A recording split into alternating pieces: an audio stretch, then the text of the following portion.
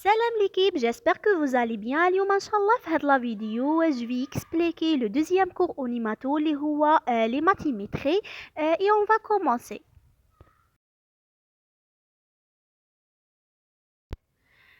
Donc, pour l'hématopoïèse, c'est le processus physiologique de formation et de développement des cellules sanguines à partir des cellules souches.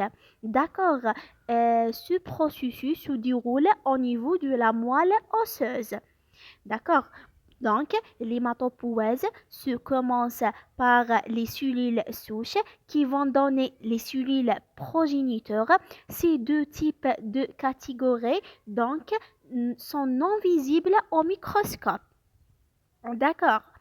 Donc, les cellules progéniteurs vont différencier vers les cellules précurseurs qui sont les cellules les plus jeunes. Ces derniers vont donner les cellules sanguines. D'accord.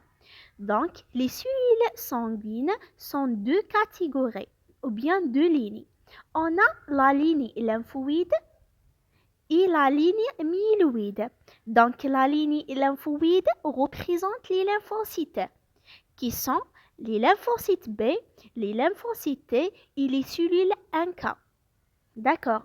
Pour la ligne myéloïde, représente les globules rouges, les plaquettes, les granulocytes qui englobent les polynucléaires neutrophiles ou bien les PNN, les PNE ou bien les polynucléaires eosinophiles et aussi les PNB ou bien les polynucléaires basophiles. Et aussi, on a les monocytes. Donc, pour les cellules sanguines, englobe les cellules anucléées qui sont les globules rouges et les plaquettes. Et aussi, englobe les cellules nucléées qui sont les globules blancs qui contiennent les lymphocytes, les granulocytes et aussi les monocytes. J'espère que vous فهمتوا. D'accord. Maintenant, je vais expliquer autre chose. Donc, on a l'érythropoïèse. Et l'érythropoïèse, c'est le processus responsable de formation des globules rouges ou bien ce qu'on appelle les hématies. D'accord. Qui se commence par les pro-érythroblastes et qui sont transformés ou bien différenciés vers les érythroblastes. Ces deux catégories qui sont des cellules nucléées, les érythroblastes vont perdre leur noyau et vont transformer vers les réticulocytes. Donc, les réticulocytes contiennent seulement les résidus d'une ARN. D'accord. Puis, après 24 heures, donc les réticulocytes vont perdre l'ARN et vont transformer des cellules sanguines qui sont les globules rouges, qui sont des cellules anucléées et ne contiennent aucune résidu d'une ARN. D'accord. Pour les granulopoïèses, donc la granulopoïèse, c'est le processus responsable de formation des granulocytes, PNM, PNE, PNB. Pour les lymphopoïèses, c'est le processus responsable de formation des lymphocytes. Et pour les thrombopoïèses, c'est-à-dire le processus responsable de formation des plaquettes à partir des mégakaryocytes, les plaquettes ou bien les thrombocytes. D'accord. Puis ce tableau-là représente les valeurs de référence du globule rouge, de l'hématocrite et aussi d'hémoglobine, que ce soit pour l'homme, pour la femme ou bien les nouveau-nés. D'accord. Pour le VGM, c'est l'abréviation de volume globulaire moyenne qui représente le volume des globules rouges qui est représenté par l'équation suivante. L'hématocrite sur les globules rouges fois 10. La valeur normale, elle est entre 80 jusqu'à 100, ce qu'on appelle la normocytaire. Si la VGM inférieure à 80, donc on va dire microcytaire. Si plus de 100, donc on va dire macrocytaire. D'accord. Pour le CCMH, c'est l'abréviation de concentration corpusculaire moyenne d'hémoglobine qui est représentée par l'équation suivante. L'hémoglobine sur l'hématocrite fois 100. Donc, la valeur normale de CCMH entre 32 jusqu'à 36%. Donc, on dit normochrome. Si la CCMH est inférieure à 32%, on dit microchrome. Microchrome. Si la CCMH plus de 36%, donc il n'y a rien à dire. Donc, il n'y a pas d'interprétation pour une CCMH plus de 36%. D'accord. Pour l'EDR, c'est l'abréviation d'un index de distribution des globules rouges. Donc, la valeur normale, elle est entre 11,5% et 15 jusqu'à 0,5%. Donc, si l'EDR entre cette valeur normale, donc donc l'interprétation, c'est les globules rouges, ils sont de taille identique, c'est-à-dire la taille de tous les globules rouges est identique. D'accord. Si l'IDR a plus de 15,5%, donc on va dire anisocytose. Ces détails-là, on va le trouver FNS. Donc l'FNS, je vais l'expliquer par la suite. Donc je vais vous donner toutes les notions nécessaires pour bonne interprétation. Donc pour le frottis sanguin, donc avant l'explication, donc par exemple un médecin يكتب لنا un ordonnance, par exemple يكتب لنا une hémogramme, donc qui يكتب hémogramme plutôt, donc راهو demande une frottis sanguin plus FNS. D'accord, hémogramme, c'est-à-dire frottis sanguin plus FNS. Donc, pour le frottis sanguin, se fait par deux méthodes. Donc, ce soit au doigt ou bien sur tube. Donc, au doigt, c'est la meilleure évaluation quantitative et qualitative des plaquettes. Donc, on va piquer le doigt du patient et on va le placer dans une lame pour étudier une petite volume de sang.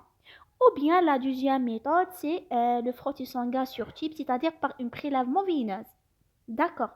On a ici une frottis sanguin du globule rouge. Par exemple, pour les caractéristiques du globule rouge sur frottis sanguin, donc globule rouge a une forme arrondie, donc diamètre entre 7 jusqu'à 8 micromètres. Donc, et après la coloration par l'MGG, donc elle va prendre l'aspect d'une centre clair et la couleur rose orangée à la périphérie. D'accord. Pour les réticulocytes qui sont les cellules qui sont des globules rouges immatures, donc juste avant sa forme définitive, pour mesurer la taux des réticulocytes, on a aussi deux méthodes, que ce soit manuellement, donc on va faire une frottis sanguin et puis on va colorer par le bleu de chrysyle ou bien le bleu de méthylène plutôt. Donc, et on a la méthode automatiquement, donc on va les mesurer. Donc, la taux normale des réticulocytes, elle est entre 25 000 jusqu'à 120 000. Donc, le pourcentage entre 0,5 jusqu'à 2,5%. D'accord. Maintenant, donc, imagine, on a fait une frottis sanguin, حطيناه قدامنا. Donc, هنايا, si on a donc هنايا, si on a plusieurs tailles de cellules sanguines, donc on va dire anisocytose. Si on a plusieurs couleurs, donc on va dire polychromatophilée. Si on a aussi plusieurs formes, donc on va dire la poikilocytose plutôt. Tout simplement, plusieurs tailles, donc anisocytose, plusieurs couleurs polychromatophilées, plusieurs formes, donc la poikilocytose. Très bien. Donc, pour la cytopénie, c'est quoi la cytopénie? Donc, les cellules sanguines englobent trois lignes. Donc, On a les globules rouges, les plaquettes et les globules blancs. Donc, si on a une déficit des globules rouges, on va dire une anémie, c'est-à-dire déficit dans un seul ligne. Donc, si on a une déficit des plaquettes ou bien les thrombocytes, donc on va dire une thrombopénie. Si on a une déficit des globules blancs, on va dire leucopénie. Donc, si on a une anémie ou bien une leucopénie ou bien une thrombopénie, donc, on va dire une anémie ou bien leucopénie ou bien thrombopénie. Donc, si on a une déficit de deux lignes, par exemple, on a une anémie avec une leucopénie ou bien une leucopénie avec thrombopénie, donc il y a deux lignes. Donc, on va dire bicytopénie. D'accord. Donc, si on a la déficit des trois lignes, on a une anémie plus leucopénie plus la thrombopénie, donc on va dire la pancytopénie. Donc, la cytopénie, on a trois types, soit déficit de première ligne, on va dire une anémie, leucopénie ou bien thrombopénie. Donc, selon la déficit ou bien le type de déficit de type des cellules sanguines. D'accord. Ou bien, si on a une déficit de deux lignes, on va dire la bicytopénie. Si on a la déficit de trois lignes, donc on va dire la pancytopénie. Donc pour l'exploration d'une cytopénie, donc pour savoir quelle est l'origine de cette déficit, donc on va faire des explorations. L'hémogramme, comme on a dit maintenant, donc on a le FNS plus le frottis sanguin et aussi on va savoir l'origine de cette déficit. Donc on a par le taux de réticulocytes. Est-ce qu'elle est centrale ou bien périphérique? Donc si la réticulocyte elle est centrale, donc on a l'origine c'est malsynthèse au niveau du moelle osseuse. Donc on va dire arrégénératif. D'accord. Si la cause elle est périphérique, donc il y a par exemple un accident transfusionnel, c'est-à-dire au niveau des vaisseaux sanguins, n'est pas origine médulaire ou bien au niveau de moelle osseuse. Donc on va dire anémie par exemple régénérative, cause centrale arrégénérative, cause périphérique régénérative. Très bien. Voilà, maintenant je vais vous expliquer le frottis sanguin et le FNS. Donc le frottis sanguin, مانيش راح نطول فيه parce qu'elle est très simple. Donc le FNS qui va prendre beaucoup de temps, un peu de temps, مش بزاف باش ما تقلقوش. Donc je vais commencer par le frottis sanguin. Donc le frottis sanguin, ils vont donner donc un champ. Donc avec le champ, et selon le nombre de plaquettes, donc راح تعرفوا donc le taux des plaquettes. Donc par exemple si le champ elle est vide, donc c'est-à-dire ils vont écrire donc absent, راح يكتبوا لكم هذا le mot absent, donc c'est-à-dire 0 plaquettes, et le taux des plaquettes elle est moins de 15 000. Par exemple, si un champ contient entre 1 jusqu'à 3 plaquettes, donc ils vont écrire le mot rare. Donc, c'est-à-dire le taux de plaquettes entre 15 000 jusqu'à 30 000. Si un champ entre 3 jusqu'à 5 plaquettes, ils vont écrire plus. Donc, le taux de plaquettes elle est entre 30 000 jusqu'à 50 000. Si le taux de plaquettes entre 5 jusqu'à 7 plaquettes, donc ils vont écrire 2 plus, c'est-à-dire le taux de plaquettes elle est entre 50 000 jusqu'à 150 000. D'accord. Si le taux de plaquettes elle est plus de 7, donc ils vont écrire 3 plus. 3 plus, c'est la valeur normale des plaquettes. D'accord. C'est-à-dire elle est plus de 150 000. C'est ça, le taux normal des plaquettes, donc elle est plus de 150 000. Ou bien ils vont écrire donc 3 plus. D'accord. Donc, je vais donner des exemples par la suite pour mieux comprendre. Donc, pour les globules rouges, donc, on a l'hémoglobine. Donc, il y a le taux d'hémoglobine dans le FNS qui détermine est-ce que le patient a une anémie ou bien non. D'accord. Donc, le taux normal d'hémoglobine pour la femme enceinte, elle est plus de 10,5 grammes par décilitre. Pour l'enfant, plus 11,5 grammes par décilitre. Pour la femme normale n'est pas enceinte, donc plus de 12 grammes par décilitre. Donc, pour l'homme, plus de 13 et pour le nouveau-né, plus de 14 grammes par décilitre. Si par exemple l'hémoglobine dans le FNS, donc inférieur de ces valeurs, pardon, donc on va poser le diagnostic d'une anémie. D'accord. Maintenant, pour déterminer le type d'une anémie, donc on va passer pour évaluer la valeur de VGM et CCMH. Donc, le VGM, elle est, comme on a dit déjà, donc le VGM, la valeur normale, elle est entre 80 jusqu'à 100. Donc, pour le CCMH, elle est entre 32 jusqu'à 36 pardon. Donc, pour les réticulocytes, donc pour déterminer l'origine de cette anémie. D'accord. Si le taux des réticulocytes elle est moins de 120 000, donc on va dire une anémie arégénérative. Si le taux des réticulocytes plus de 120 000, donc on va dire anémie d'origine régénérative, c'est-à-dire d'origine périphérique. D'accord. ما تقلقوش parce que par la suite on a plusieurs exemples pour mieux comprendre. Donc je vais passer maintenant vers l'explication des plaquettes. Donc pour les plaquettes à une valeur normale entre 150 000 jusqu'à 450 000. D'accord, c'est-à-dire 3 plus ou bien 3 plus de 150 000. D'accord.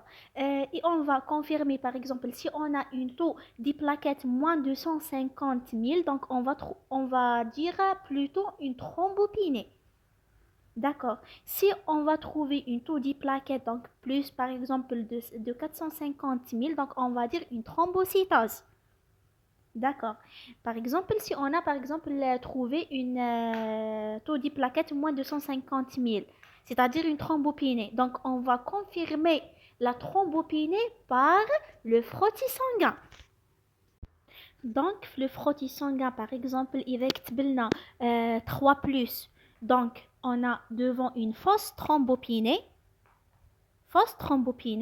Si on a trouvé, par exemple, 2 plus, ou bien 1 plus, ou bien le mot rare, ou bien le mot absent, donc on a devant une vraie thrombopénie.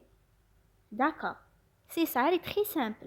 Donc, pour les globules blancs, donc le taux normal, elle est entre 4000 jusqu'à 10 000. D'accord. Si on a un taux des globules blancs, elle est inférieure de 4000, on va dire leucopénie. Si le taux des globules blancs elle est plus de 10 000, donc on va dire automatiquement hyperleucocytose. D'accord. Donc, pour les globules blancs, donc on a des types, ou bien les globules blancs englobent les PNN, les PNE, les PNB, les lymphocytes plus les monocytes. Donc, les PNN donc, représentent le grand pourcentage, donc entre 40 jusqu'à 70%. Donc, la valeur absolue, elle est entre 1500 jusqu'à 7000. Pour les PNE, moins de 4000. Donc, la valeur absolue, elle est moins de 400. Pour les PNB, moins de 2%. Donc, la valeur absolue, elle est moins de 200. Pour les lymphocytes, elle est entre 20 jusqu'à 40% plutôt. Donc, la valeur absolue, elle est entre 800 jusqu'à 4000. Et pour les monocytes, elle est inférieure des 10%. Donc, la valeur absolue, elle est entre 200 jusqu'à 800. D'accord.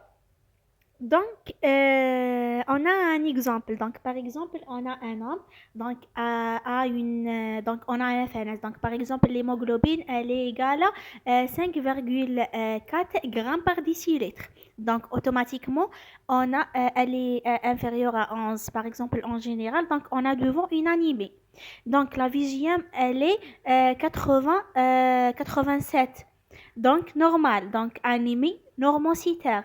CCMH 33, donc elle est entre 32 et 36, donc normochrome. Donc on a une anémie normocytaire normochrome pour maintenant, je vais dire, est-ce qu'elle est régénérative ou bien arégénérative? Donc, je vais voir donc, le taux des réticulocytes, donc 1,8. Donc, 1,8, je vais calculer une équation pour calculer le taux des réticulocytes. Donc, on va multiplier le 1,8% fois le taux des globules rouges qui ont déjà écrit le FNS. Donc, divisé sur 100%. Donc, et on va trouver le taux des réticulocytes. Si le taux des réticulocytes, elle est moins de 120 000, donc on a devant une anémie arégénérative, c'est-à-dire centrale. Si le taux plus de 120 000, donc le taux plutôt l'origine est périphérique et régénérative. Le taux des réticulocytes ici est égal à d'environ 37 000. Donc, elle est moins de 120 000. Donc, l'anémie est arégénérative. Donc, on va dire anémie normocytaire normochrome arégénératif. D'accord. Puis, je vais passer le taux des plaquettes. Donc, le taux des plaquettes est égal à 20 000. Donc, 20 000, elle est moins de 150 000. Donc, on a devant une thrombopénie. Et je vais confirmer avec le frottis sanguin. Donc, le frottis sanguin, donc, écrit le nom rare et isolé. Donc, on a devant une vraie thrombopénie. Donc, on a une anémie normocytaire normochrome arégénérative, une vraie thrombopénie. Puis, je vais passer pour évaluer les globules blancs. Donc, les globules blancs ici est égal à 2200. Donc, elle est moins de 4000. Donc, on a devant une leucopénie. Puis, je vais dire, est-ce que la leucopénie, elle est avec inversion de formule leucocytaire ou bien avec une conservation de formule leucocytaire. Donc, comment? Donc, le frottis sanguin, on a plusieurs pourcentages. Donc, le pourcentage راح يكونوا avec ordre. Donc, هنايا بالترتيب. Donc, هنايا عندنا 20%. Par exemple, هنايا عندنا 20%, 0, 0, 0, 77, donc 0,3. D'accord, donc le premier valeur représente le taux du PNN. Le deuxième valeur, la PNE. La troisième, la PNB. La quatrième, les lymphocytes. Et la cinquième, c'est les monocytes. Donc, on a une remarque. Donc, pour les enfants, donc, ont une taux des lymphocytes plus le taux des PNN. Par contre, chez les adultes, donc, on l'inverse. On les PNN plus que les lymphocytes. Et ici, on a une adulte. Donc, normalement, يكون عنده les PNN plus que les lymphocytes. Par contre, ici, on voit à l'inverse. Donc, pour les PNN représente 20%. Par contre, les lymphocytes représentent 77%. Donc, on a l'inverse. Donc, on va dire une lymphopénie avec inversion des formules leucocytaires. D'accord. Puis, je vais évaluer le taux des, par exemple, les PNN, les lymphocytes, les monocytes, les PMB, les P. Et on va dire, par exemple, avec prédominance. Par exemple, si on a trouvé un taux de PNN élevé, on va dire la neutrophilie. Si elle est diminuée, donc on va dire la neutropénie. Le taux élevé des PNE, donc on va dire l'éosinophilie. Taux bas, donc éosinopénie. PMB élevé, la basophilie. Bas, basopénie. Donc, si les monocytes sont élevés, donc la monocytose. Si ils sont bas, donc la monopinée. Pour les lymphocytes, si ils sont élevés, on va dire la lymphocytose. Si ils sont diminués, on va dire la lymphopinée. Et ainsi de suite. هنا نكون وصلنا لافان تاع هاد لا فيديو. جيسبر تكونوا فهمتوا. نتلاقاو في لي بروشين كور لي بروشين فيديو ان شاء الله. et merci pour votre attention.